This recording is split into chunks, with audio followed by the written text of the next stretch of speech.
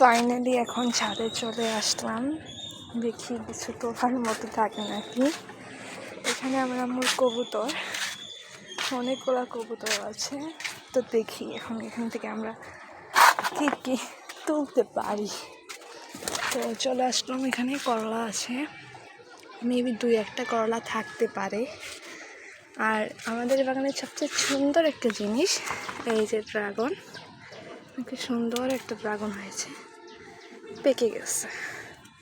এই ড্রাগনটা আমি তুলে নিলাম, দেখি তার শাক তুলে ফেলেছি। এখন আমি আরও শাকগুলো তুলবো, আমার লাগবে দেখি। আর এখানে একটা করলা আছে, কি সুন্দর না, এটা আমি তুলে নেব, এই করলাটা আমি তুলে নেব। করলা ভাজি করা হবে আজকের বাজার আমার। তো তরুণী বলতেও এখানে কিছু মরিচ